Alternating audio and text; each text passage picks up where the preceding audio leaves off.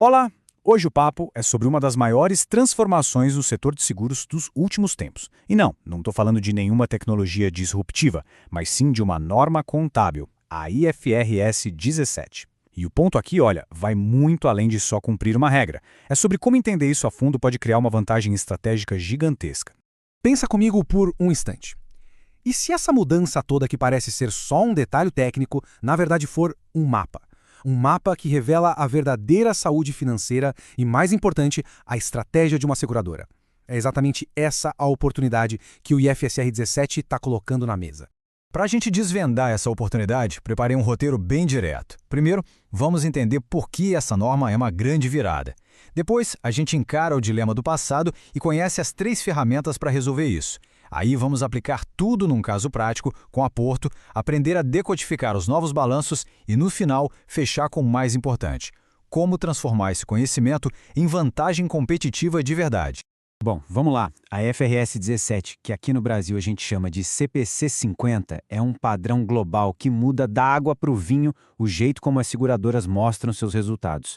O objetivo é simples, mas muito poderoso: dar mais transparência e permitir que a gente consiga finalmente comparar uma empresa com a outra. Algo que, convenhamos, era uma bagunça no modelo antigo.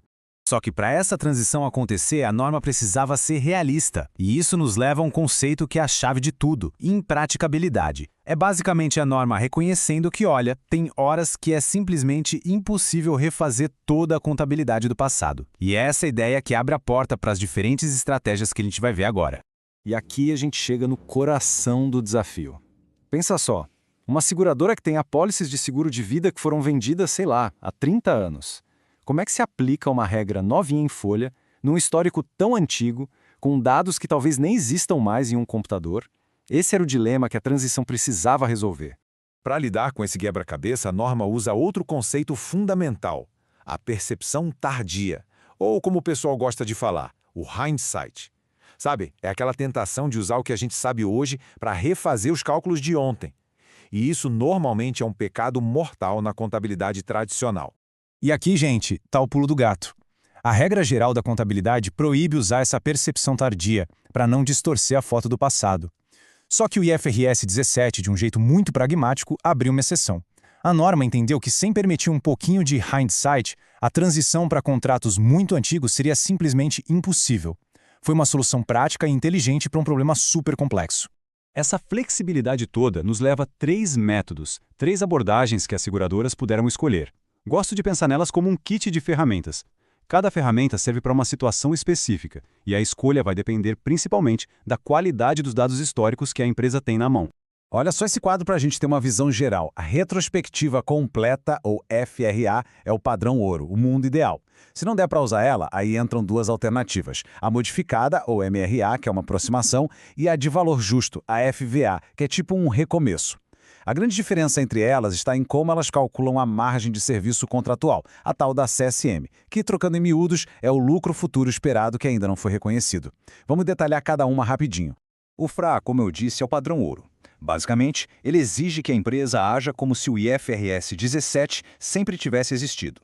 É o método mais puro porque ele reconstrói toda a história do contrato tintim por tintim, já sob as novas regras. O processo é um trabalho de formiguinha, super rigoroso. Tem que agrupar os contratos do jeito certo, medir tudo usando os dados reais da época e, no fim, ajustar o patrimônio. Isso funciona muito bem para contratos mais curtos, tipo seguro de carro, onde o histórico é recente e os dados estão à mão. Certo. Mas e quando esse mundo ideal não é possível? Quando é impraticável refazer tudo? A primeira alternativa é a MRA, a retrospectiva modificada. Ela entra em campo quando não existem todos os dados, mas ainda há informações razoáveis para se fazer uma boa aproximação do passado. O objetivo da MRA é ser uma ponte. Ela tenta chegar o mais perto possível do método completo, mas permite usar umas simplificações inteligentes para preencher as lacunas nos dados. É aqui que entra aquele hindsight de forma controlada, para estimar o que faltou no passado, desde que, claro, exista uma base razoável para isso. Agora, e se a situação for ainda mais complicada? Se não tem dado nem para fazer uma aproximação decente? Aí entra a terceira e última ferramenta, a abordagem do valor justo, ou FVA. Essa aqui é essencialmente apertar o botão de reset na data da transição. Com a FVA, a empresa não tenta reconstruir o passado. A lógica é: vamos calcular o valor justo desses contratos hoje, na data de transição, e tocar a vida daqui para frente. O lucro futuro, o CSM, vira simplesmente a diferença entre esse valor justo e o que a empresa espera gastar para cumprir as obrigações do contrato. É a saída mais lógica para aquelas apólices super antigas, onde os dados originais já se perderam no tempo. Beleza, já vimos a teoria. Mas como é que isso funciona na vida real? Para ilustrar, nada melhor que um estudo de caso. Vamos dar uma olhada em como uma das maiores seguradoras do Brasil, a Porto, usou esse kit de ferramentas. Isso vai deixar tudo muito mais claro. E olha só que interessante estratégia deles. Eles não tentaram usar uma solução única para tudo, foram cirúrgicos. Para os seguros de prazo curto, como auto e saúde, usaram o padrão ouro, o FRA. Já para os de longo prazo, como vida e previdência, onde reconstruir o passado era inviável, aplicaram o FVA, o recomeço. E para casos bem específicos, como o resseguro, foram com a aproximação da MRA. Essa abordagem mista mostra que eles não só entenderam a norma, mas principalmente entendem o próprio negócio como ninguém. No fim das contas, o resultado de toda essa transição foi um ajuste de 124 milhões de reais negativos no patrimônio da empresa. Quando a gente bate o olho nesse número, o primeiro instinto é pensar, nossa, que ruim. Mas calma, a história por trás desse número é muito mais reveladora. E aqui está o grande insight. O impacto negativo não veio porque a qualidade dos contratos de seguro piorou. Pelo contrário, a nova medição mais precisa foi positiva em 74 milhões. A pancada mesmo, de quase 200 milhões, veio da baixa de custos de aquisição antigos, que a regra antiga deixava escondidos no balanço.